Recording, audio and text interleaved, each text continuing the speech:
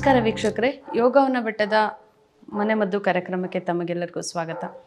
ಪ್ರತಿದಿನದ ಸಂಚಿಕೆಗಳಲ್ಲೂ ನೀವೆಲ್ಲ ಸಾಕಷ್ಟು ಮಾಹಿತಿಗಳನ್ನು ತಿಳ್ಕೊಳ್ತಾ ಬಂದಿದ್ದೀರಾ. ಕಾಯಿಲೆಗಳಿಗೆ ಮೂಲ ತಿಳಿದಿದ್ದೀರಾ, ಮನೆಮದ್ದುಗಳನ್ನು ಕೂಡ ಕಲಿತಾ ಬಂದಿದ್ದೀರಾ. ಈ ಮನೆಮದ್ದುಗಳೇ ನಿಮ್ಮ ದೊಡ್ಡ ದೊಡ್ಡ ಸಮಸ್ಯೆಗಳಿಗೆ ಹೋಗದೇ ಇರೋ ಹಾಗೆ ದೇಹವನ್ನು ರಕ್ಷಿಸ್ತಾ ಹೋಗುತ್ತೆ. ಅದೇ ರೀತಿ ಇವತ್ತಿನ ಸಂಚಿಕೆಯಲ್ಲೂ ಸ್ವಲ್ಪ ಚಿಂತೆಗೀಡು ಮಾಡುವಂತಹ ದೊಡ್ಡ ಕಾಯಿಲೆ ಅಂತ ಕೂಡ ಹೇಳ್ಬೋದು, ದೊಡ್ಡ ಸೋಂಕು ಅಂತ ಕೂಡ ಹೇಳ್ಬೋದು. ಈ ಸಮಸ್ಯೆ ಓಜಸ್ ಕ್ಷಯ ಅಥವಾ HIV ಏಡ್ಸ್ ಅಂತ ಹೇಳ್ತೀವಿ. ಸೊ ಈ ಓಜಸ್ ಕ್ಷಯ ಅಥವಾ HIV ಏಡ್ಸ್, HIV ಅನ್ನೋ ಸೋಂಕಿನಿಂದ ಉಂಟಾಗ್ತಕ್ಕಂಥ ಸಮಸ್ಯೆ ಏಡ್ಸ್ ಆಗಿರುತ್ತೆ. ಸೊ ಈ ಸಮಸ್ಯೆಯಿಂದ ಬಳಲೋದಕ್ಕೆ ಕಾರಣಗಳೇನು, ಸಮಸ್ಯೆಗೆ ಮೂಲ ಕಾರಣವೇನು ಮತ್ತು ಸಮಸ್ಯೆಗಳನ್ನು ಹೊತ್ತಿರ್ತಕ್ಕಂಥ ರೋಗಿಗಳಿಗೆ ಪರಿಹಾರ ಏನು, ಅದನ್ನು ಹೇಗೆ ಹತೋಟಿಯಲ್ಲಿ ಇಟ್ಕೊಳ್ಬೇಕು, ಇವುಗಳ ಮಾಹಿತಿಯನ್ನು ತಿಳಿಸ್ತಾ ಹೋಗೋಣ. ಸಾಮಾನ್ಯ ಈ HIV ಸಮಸ್ಯೆ ಅನ್ನೋದು ಎಲ್ಲರಿಗೂ ತಿಳಿದಿರೋ ಮಟ್ಟಿಗೆ ಲೈಂಗಿಕ ಸಂಪರ್ಕಗಳಿಂದ ಮತ್ತು ಯಾವುದೋ ಚುಚ್ಚುಮದ್ದುಗಳಿಂದ ಈ ಸಮಸ್ಯೆ ಹೆಚ್ಚಾಗಿ ಕಾಡುತ್ತೆ ಅನ್ನೋದು ಪ್ರತಿಯೊಬ್ಬರಿಗೂ ಗೊತ್ತಿರೋ ವಿಷಯ. ಆದರೆ ಎಷ್ಟೋ ರೋಗಿಗಳು ಇವ್ಯಾವುದೇ ತಪ್ಪುಗಳನ್ನು ಮಾಡದೆ ಕೂಡ ದೇಹ ಈ ಒಂದು ಅನಾಹುತಕ್ಕೆ ಕಾರಣವಾಗಿದೆ. ಯಾಕೆ ಈ ಸಮಸ್ಯೆ, ಇದರ ಮೂಲ ಮತ್ತೊಂದು ಏನಿದೆ ಅನ್ನೋದನ್ನು ನೀವು ತಿಳಿಬೇಕಾಗತ್ತೆ. ಇದರ ಮೂಲ ಒಬ್ಬ ವ್ಯಕ್ತಿ ಒಂದು ರೋಗ ನಿರೋಧಕ ಶಕ್ತಿಯನ್ನು ಸಂಪೂರ್ಣ ಕಳ್ಕೊಳ್ಳೋದು ಈ ಒಂದು ಕಾಯಿಲೆಯ ಮೂಲ ಕೂಡ ಆಗುತ್ತೆ. ಅಂದರೆ ಈ ಕಾಯಿಲೆಗೆ ಅಥವಾ ಈ ಒಂದು ಸೋಂಕಿಗೆ ಬಲಿಯಾದ ವ್ಯಕ್ತಿಗೆ ರೋಗ ನಿರೋಧಕ ಶಕ್ತಿ ಕಳ್ಕೊಳ್ಳೋ ಅಂಥ ಒಂದು ಸಮಸ್ಯೆ ಉಂಟಾಗ್ತದೆ. ಅದೇ ರೀತಿ ಯಾವ ವ್ಯಕ್ತಿಗೆ ರೋಗ ನಿರೋಧಕ ಶಕ್ತಿ ಸಂಪೂರ್ಣ ಕಳ್ಕೊಂಡಿರ್ತಾನೋ ಅಂಥ ವ್ಯಕ್ತಿಗೂ ಕೂಡ ಈ ಒಂದು ಓಜಸ್ ಕ್ಷಯ ಅಥವಾ HIV ಅನ್ನುವಂಥ ಒಂದು ಸೋಂಕು ತಗುಲೋ ಸಾಧ್ಯತೆ ಹೆಚ್ಚಾಗಿರುತ್ತೆ. ಹಾಗಾಗಿ ಕೇವಲ ತಪ್ಪು ಮಾಡಿದ್ರೆ ಮಾತ್ರ ಅಲ್ಲ, ದೇಹದ ಶಕ್ತಿಯನ್ನು ಸಂಪೂರ್ಣ ಕಳ್ಕೊಂಡಾಗಲೂ ಕೂಡ ಈ ಸಮಸ್ಯೆಗೆ ಇದು ಕಾರಣವಾಗ್ತದೆ. ಹಾಗಾಗಿ ಯಾವುದೇ ವ್ಯಕ್ತಿ ಈ ಸೋಂಕಿನಿಂದ ಬಳಲ್ತಾ ಇದ್ರೂ ಕೂಡ ಆ ವ್ಯಕ್ತಿನ ನಿರ್ಲಕ್ಷ್ಯ ಮಾಡಬೇಡಿ. ಅದು ಕೇವಲ ಒಂದು ನೀವು ಮುಟ್ಟೋದ್ರಿಂದ ಆಗಲಿ ಅಥವಾ ಅವ್ರ ಜೊತೆ ಸಂಪರ್ಕದಲ್ಲಿರೋದಾಗಲಿ ಸಮಸ್ಯೆ ಅಲ್ಲ. ಲೈಂಗಿಕ ಸಂಪರ್ಕ ಮಾತ್ರ ತೊಂದರೆ ಆಗುತ್ತೆ ಮತ್ತು ಅವರ ರಕ್ತ ನಿಮ್ಮ ದೇಹಕ್ಕೆ ಸೇರಬಾರ್ದು. ಯಾವುದೇ ಈಗ ಉದಾಹರಣೆಗೆ ಆಹಾರ ತಯಾರಿಸುವಾಗ ಅಥವಾ ಯಾವುದೋ ಒಂದು ಕೆಲಸಗಳನ್ನು ಮಾಡುವಾಗ ಕೈ ಕತ್ತರಿಸ್ಕೊಳ್ಳೋದಿರ್ಬೋದು ಅಥವಾ ಕೈ ಅಥವಾ ದೇಹದ ಯಾವುದೇ ಭಾಗದ ರಕ್ತ ಹೊರಗೆ ಬಂದಾಗ ಅದನ್ನು ಯಾರು ಸ್ಪರ್ಶಿಸ್ತಾರೆ ಅವರಿಗೆ ಈ ಸಮಸ್ಯೆ ಉಂಟಾಗ್ತದೆ. ಹಾಗಾಗಿ ಅಂಥ ಒಂದು ಸಮಸ್ಯೆಗಳು ಬರದೇ ಇರೋ ಹಾಗೆ ನೀವು ಎಚ್ಚರಿಕೆ ವಹಿಸೋದು ಮತ್ತು ಆ ವ್ಯಕ್ತಿಯ ಆರೈಕೆ ಹಾಗೂ ಆ ವ್ಯಕ್ತಿಯ ಪೋಷಣೆ ನಿಮ್ಮಿಂದ ಆದರೆ ಖಂಡಿತವಾಗ್ಲೂ ಆ ಸಮಸ್ಯೆಯನ್ನು ಹತೋಟಿಯಲ್ಲಿ ಇಡ್ಬೋದು. ಇನ್ನು ಸಮಸ್ಯೆ ಬಂದಿರತಕ್ಕಂಥ ರೋಗಿ ಕೂಡ ಚಿಂತೆಗೊಳಗಾಗುವ ಅವಶ್ಯಕತೆ ಇಲ್ಲ. ಯಾವುದೋ ಕಾರಣಕ್ಕೆ ನಿಮಗೆ ಆ ಸಮಸ್ಯೆ ಬಂದಿರಬಹುದು, ಆದರೆ ಸಮಸ್ಯೆಯಿಂದ ಹೊರಗೆ ಬರಲಿಕ್ಕೆ ಏನು ಮಾಡಬೇಕು, ಸಮಸ್ಯೆಯಿಂದ ನಿಮ್ಮ ದೇಹವನ್ನು ರಕ್ಷಿಸ್ಕೊಳ್ಳಿಕ್ಕೆ ಏನು ಮಾಡಬೇಕು ಅನ್ನೋದ್ರ ಬಗ್ಗೆ ಚಿಂತಿಸಿದ್ರೆ ಖಂಡಿತವಾಗ್ಲೂ ನಿಮ್ಮ ಜೀವನ ಪರ್ಯಂತ ನಿಮ್ಮ ಆಯಸ್ಸು ಭಗವಂತ ಎಷ್ಟು ಕೊಟ್ಟಿದ್ದಾನೋ ಅಷ್ಟು ಆಯಸ್ಸು ನೀವು ಆರೋಗ್ಯವಾಗಿ ಬದುಕ್ಬೋದು. ಆದರೆ ಈ ಒಂದು HIV ನಿಮ್ಮ ದೇಹದಲ್ಲಿ ಇದೆ ಅನ್ನೋದಷ್ಟೇ ಕಾರಣ ಇರುತ್ತೆ, ಆದರೆ ಅದರಿಂದ ಯಾವುದೇ ಸಮಸ್ಯೆ ನಿಮಗಾಗೋದಿಲ್ಲ.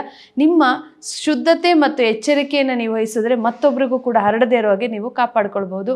ಇಂಥ HIV ರೋಗಿಗಳಲ್ಲಿ ಕಾಡ್ತಕ್ಕಂಥ ಲಕ್ಷಣಗಳೇನಪ್ಪ ಅಂತ ಹೇಳಿದ್ರೆ, ಇದು ಹೆಚ್ಚಿಗೆ ಆದಾಗ, ಈ ಒಂದು ರೋಗ ಲಕ್ಷಣಗಳು ಹೆಚ್ಚಿಗೆ ಆದಾಗ ಅಥವಾ ಸೋಂಕುಗಳು ಅಧಿಕವಾದಾಗ ಆ ವ್ಯಕ್ತಿಗೆ ಹೊಟ್ಟೆ ಸಮಸ್ಯೆ ಹೆಚ್ಚಾಗಿ ಕಾಡುತ್ತೆ. ಅಸಿಡಿಟಿ, ಹೊಟ್ಟೆ ಹುಣ್ಣುಗಳು ಮತ್ತು ಸಂಗ್ರಹಣಿ ಅಂದರೆ ವಾಂತಿ ಭೇದಿ ಆಗುವಂಥ ಸಮಸ್ಯೆಗಳು ಹೆಚ್ಚಾಗಿ ಕಾಡುತ್ತೆ. ಹಾಗೆ ಕಣ್ಣಿನ ದೃಷ್ಟಿ ಕಡಿಮೆ ಆಗುವಂಥದ್ದು, ಮಂದ ದೃಷ್ಟಿ ಆಗೋದು ಕೂಡ ಇದರಲ್ಲಿ ಕಾರಣವಾಗ್ತಾ ಹೋಗುತ್ತೆ. ಮತ್ತು ಸೋಂಕುಗಳು, ದೇಹದ ಸೋಂಕಿನ ಕಾರಣದಿಂದ ಪದೇ ಪದೇ ಜ್ವರ ಬರೋದು ಕೂಡ ಮುಖ್ಯವಾಗಿ ಕಾಡ್ತಾ ಇರುತ್ತೆ. ಅಶಕ್ತಿ ಕಾಡುತ್ತೆ, ರಕ್ತಹೀನತೆ ಇದರಲ್ಲಿ ಮುಖ್ಯವಾಗಿ ಕಾಡ್ತಾ ಹೋಗುತ್ತೆ. ಮತ್ತು ಪಾದಗಳಲ್ಲಿ ಉರಿ ಕಾಣುವಂಥದ್ದು, ನೆತ್ತಿ ಉರಿ ಆಗುವಂಥದ್ದು, ದೇಹದಲ್ಲಿ ಸಮಸ್ಯೆಗಳು ಹೆಚ್ಚಾಗಿ ಕಾಡ್ತಾ ಹೋಗುತ್ತೆ. ಯಾಕೆ ಈ ಕಾರಣ ಅಂತ ಹೇಳಿದ್ರೆ, ನಿಮ್ಮ ದೇಹದಲ್ಲಿ ಶಕ್ತಿ ಕುಂಠಿತವಾಗ್ತಾ ಇದೆ. ಶಕ್ತಿಗೆ ಪೂರಕವಾಗಿ ನೀವು ಯಾವುದೇ ರೀತಿಯ ಸಹಾಯವನ್ನು ದೇಹಕ್ಕೆ ಮಾಡ್ತಾ ಇಲ್ಲ ಅನ್ನೋದು ಇಲ್ಲಿ ಮುಖ್ಯವಾಗಿ ಕಾಡುತ್ತೆ. ಹಾಗಾಗಿ ನಿಮ್ಮಲ್ಲಿ ಬದಲಾವಣೆಗಳು ಅಂತ ಹೇಳಿದ್ರೆ ಉತ್ತಮ ಪೌಷ್ಟಿಕಾಂಶ ಇರೋ ಆಹಾರಗಳನ್ನೇ ಸೇವಿಸಬೇಕಾಗತ್ತೆ. ಯಾವುದೇ ರೀತಿಯ ಕಲ್ಮಶ ಇರೋ ಆಹಾರಗಳು ಮತ್ತು ಸೋಂಕು ತಗುಲುವಂಥ ಆಹಾರಗಳನ್ನು ನೀವು ಸಂಪೂರ್ಣ ತ್ಯಜಿಸೋದು ಉತ್ತಮ.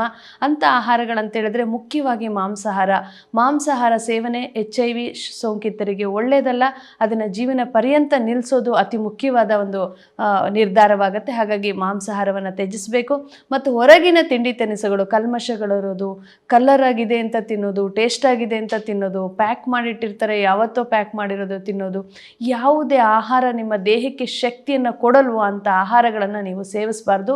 ಪ್ರತಿ ಕ್ಷಣ ನಿಮ್ಮ ದೇಹಕ್ಕೆ ಯಾವ ರೂಪದಲ್ಲಿ ನಾವು ಶಕ್ತಿಯನ್ನು ಸೇರಿಸಬಹುದು ಅನ್ನೋ ಕಡೆ ನೀವು ಯೋಚನೆ ಮಾಡಿದ್ದೆ ಆದರೆ ಖಂಡಿತವಾಗ್ಲೂ ನಿಮ್ಮ ದೇಹದಲ್ಲಿ ಕುಂಠಿತವಾಗಿರೋ ಶಕ್ತಿನ ನೀವು ಮರು ಉತ್ಪಾದನೆ ಮಾಡಿಕೊಳ್ಳಬಹುದು. ಅಂಥ ಆಹಾರಗಳಂತ ಹೇಳಿದ್ರೆ ಮುಖ್ಯವಾಗಿ ಹಾಲಿನ ಉತ್ಪನ್ನಗಳು. ಹಾಲಿನ ಉತ್ಪನ್ನಗಳನ್ನು ಹೆಚ್ಚಾಗಿ ಬಳಸ್ತಾ ಇರಿ. ಹಾಲು, ತುಪ್ಪ, ಮಜ್ಜಿಗೆ, ಬೆಣ್ಣೆ, ಮೊಸರು ಇವುಗಳನ್ನು ಪ್ರತಿನಿತ್ಯ ಬಳಕೆ ಮಾಡಿ. ಹಾಗೆ ಹಸಿರು ಸೊಪ್ಪು ತರಕಾರಿಗಳ ಬಳಕೆ ನಿಮ್ಮ ಶಕ್ತಿಯನ್ನು ಹೆಚ್ಚಳ ಮಾಡುತ್ತೆ. ಮೊಳಕೆ ಕಾಳುಗಳು ಇಲ್ಲದ ಊಟ ಮಾಡಬೇಡಿ.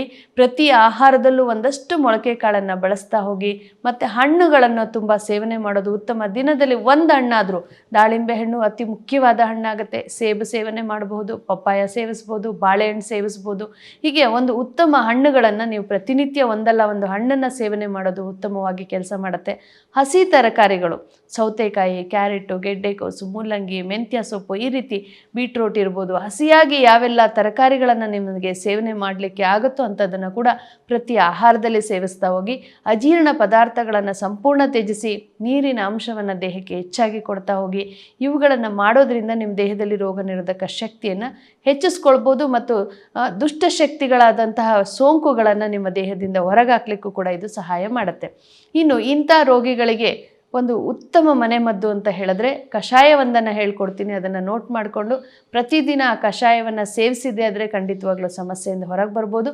ಮುಖ್ಯ ಕಷಾಯ ಅಂತ ಹೇಳಿದ್ರೆ 1 ಲೀಟರ್ ನೀರನ್ನು ತೆಗೆದುಕೊಳ್ಳಿ. ಅದಕ್ಕೆ 20ರಿಂದ 30 ಎಲೆ ತುಳಸಿ ಎಲೆ, 4 ಕಾಳಷ್ಟು ಮೆಣಸು, ಕಾಳು ಮೆಣಸನ್ನು ಹಾಕಿ, 1 ಚಮಚ ಶುದ್ಧ ಅರಿಶಿಣ ಮತ್ತು ರುಚಿಗೆ ತಕ್ಕಷ್ಟು ಬೆಲ್ಲ, ಇದನ್ನು ಸೇರಿಸಿ 1 ಲೀಟರ್ ನೀರು ಅರ್ಧ ಲೀಟರ್ಗೆ ಬರುವಷ್ಟು ಅದನ್ನು ಕುದಿಸ್ಬೇಕಾಗತ್ತೆ. ಅರ್ಧ ಲೀಟರ್ ಕಷಾಯವನ್ನು ಇಡೀ ದಿನದಲ್ಲಿ ಗಂಟೆಗೆ 50 ml ರೀತಿ ನೀವು ಬೆಳಗ್ಗೆಯಿಂದ ರಾತ್ರಿ ತನಕ ಸೇವನೆ ಮಾಡೋದ್ರಿಂದ ನಿಮ್ಮ ರೋಗ ನಿರೋಧಕ ಶಕ್ತಿ ಹೆಚ್ಚಳವಾಗುತ್ತೆ, ಸೋಂಕುಗಳು ನಾಶವಾಗ್ತವೆ, ದೇಹ ಶುದ್ಧೀಕರಣವಾಗುತ್ತೆ. ನಿಮ್ಮ CD ಕೌಂಟ್ಸನ್ನು ಮ್ಯಾನೇಜ್ ಮಾಡಲಿಕ್ಕೆ ಈ ಒಂದು ಶಕ್ತಿ ನಿಮ್ಮನ್ನು ಕಾಪಾಡ್ತಾ ಹೋಗುತ್ತೆ. ಈ ಒಂದು ಕಷಾಯವನ್ನು ನೀವು ಮನೆಯಲ್ಲೇ ಮಾಡ್ಕೊಳ್ತಾರೆ. ಇನ್ನು ರೋಗ ನಿರೋಧಕ ಶಕ್ತಿಯನ್ನು ಹೆಚ್ಚಿಸುವಂಥ ಮತ್ತೊಂದು ಮನೆಮದ್ದು ಅಂತ ಹೇಳಿದ್ರೆ ತಾಜಾ ಗರಿಕೆ ಹುಲ್ಲಿನ ರಸ. ನಿಮ್ಮ ತಾಜಾ ಗರಿಕೆಯನ್ನು ತೆಗೆದುಕೊಳ್ಳಿ, ಅದನ್ನು ರುಬ್ಬಿ ರಸವನ್ನು ಮಾಡಿ ದಿನದಲ್ಲಿ ಒಮ್ಮೆ ಆದರೂ ಒಂದು 100 ml ಅಷ್ಟು ತಾಜಾ ಗರಿಕೆ ಹುಲ್ಲಿನ ರಸವನ್ನು ಸೇವನೆ ಮಾಡಿದ್ದೆ ಆದರೆ ಖಂಡಿತವಾಗ್ಲೂ ರೋಗ ನಿರೋಧಕ ಶಕ್ತಿ ಹೆಚ್ಚಿಸ್ಕೊಳ್ಬಹುದು. ಇನ್ನು ಒಣ ಹಣ್ಣುಗಳು, ಡ್ರೈ ಫ್ರೂಟ್ಸ್, ಅಂಜೂರ, ಖರ್ಜೂರ, ಬಾದಾಮಿ, ದ್ರಾಕ್ಷಿ ಎಲ್ಲ ಒಣ ಹಣ್ಣುಗಳನ್ನು ನೀರಲ್ಲಿ ನೆನೆಸಿ ನಂತರ ನೆಂದಂಥ ಹಣ್ಣನ್ನು ನೀವು ದಿನದಲ್ಲಿ ಒಮ್ಮೆ ಆದರೂ 1 ಕಪ್ಪಷ್ಟು ಸೇವನೆ ಮಾಡಿದ್ರೆ ರೋಗ ನಿರೋಧಕ ಶಕ್ತಿಯನ್ನು ಹೆಚ್ಚಿಸ್ಕೊಳ್ಬೋದು. ಪಪ್ಪಾಯ ಹಣ್ಣು, ದಾಳಿಂಬೆ, ಸೇಬು ಇವೆಲ್ಲವೂ ನಿಮ್ಮ ರೋಗ ನಿರೋಧಕ ಶಕ್ತಿಯನ್ನು ಹೆಚ್ಚಳ ಮಾಡುತ್ತೆ. ಇವೆಲ್ಲವನ್ನು ನಿಮ್ಮ ಮನೆಯಲ್ಲಿ ಪ್ರತಿನಿತ್ಯ ನಿಮ್ಮ ದೇಹಕ್ಕೆ ಒಳ್ಳೆಯದನ್ನು ಮಾಡೋದ್ರಿಂದ ದೇಹ ನಿಮ್ಮನ್ನು ಕಾಪಾಡ್ತಾ ಹೋಗುತ್ತೆ. ಇನ್ನು ಈ ರೀತಿ ಅನಾರೋಗ್ಯ ಸಮಸ್ಯೆ ಅಥವಾ HIV ಸೋಂಕಿಗೆ ಬಲಿಯಾಗಿರ್ತಕ್ಕಂಥವ್ರು ಯೋಚನೆ ಮಾಡೋ ಅವಶ್ಯಕತೆ ಇಲ್ಲ. ಚಿಕಿತ್ಸೆ ಯೋಗವನ ಬೆಟ್ಟದಲ್ಲಿದೆ. ಇದು ಗುಣವಾಗದ ಸಮಸ್ಯೆ ಆದರೂ ಕೂಡ ಹತೋಟಿಯಲ್ಲಿ ಇಟ್ಕೊಳ್ಬಹುದಾದಂಥ ಒಂದು ಸಮಸ್ಯೆ ಆಗಿದೆ. ನೀವು ಬದುಕಿರೋ ತನಕ ಯಾವುದೇ ಅನಾಹುತಗಳನ್ನು ನೋಡದೆ ನಿಮ್ಮ ದೇಹವನ್ನು ಕಾಪಾಡಿಕೊಳ್ಳಲಿಕ್ಕೆ ಒಂದು ಉತ್ತಮ ಚಿಕಿತ್ಸೆ ಯೋಗವನ ಬೆಟ್ಟದ ಚಿಕಿತ್ಸೆ ಆಗುತ್ತೆ. ಖಂಡಿತ ಈ ರೀತಿ ಸಮಸ್ಯೆಯಲ್ಲಿ ಬಳಲ್ತಾ ಇರೋರು ಯೋಗವನ ಬೆಟ್ಟದ ಶಾಖೆಗಳಿಗೆ ಭೇಟಿ ಮಾಡಿ ಚಿಕಿತ್ಸೆಯನ್ನು ಪಡ್ಕೊಳ್ಬಹುದು. ಯೋಗವನ ಬೆಟ್ಟ ಬೆಂಗಳೂರಿನ ಕನಕಪುರ ರಸ್ತೆ, ಕುಣಿಗಲ್ನ ಕೆ ಉರುಳಿ ಬೋರಸಂದ್ರ, ಹಾಗೆ ಚಿತ್ರದುರ್ಗದ ಸೀಬಾರ ಮತ್ತು ಬಾಗಲಕೋಟೆಯ ನವನಗರದಲ್ಲಿ ಶಾಖೆಗಳಿದೆ. ನಿಮಗೆ ಹತ್ತಿರ ಆಗುವಂಥ ಶಾಖೆಗಳಿಗೆ ದೂರವಾಣಿ ಸಂಖ್ಯೆಗಳ ಮುಖಾಂತರ ಕರೆ ಮಾಡಿ ನೀವು ಭೇಟಿ ಮಾಡಬಹುದು. ನಮಸ್ಕಾರ.